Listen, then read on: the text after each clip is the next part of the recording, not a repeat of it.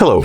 Today in front of me I have INFINIX Hot 11s smartphone, and in this video we would like to demonstrate how you can download and install the Opera browser on it. So first of all, you want to launch the Google Play Store. At the search bar type in Opera. Once the needed app is found, you want to click on this green install button and wait for the application to get downloaded and installed respectively.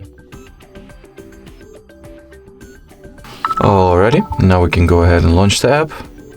While opening the Opera for the first time, it is required that we undergo a very simple and short setup procedure. So here, click on this blue continue button.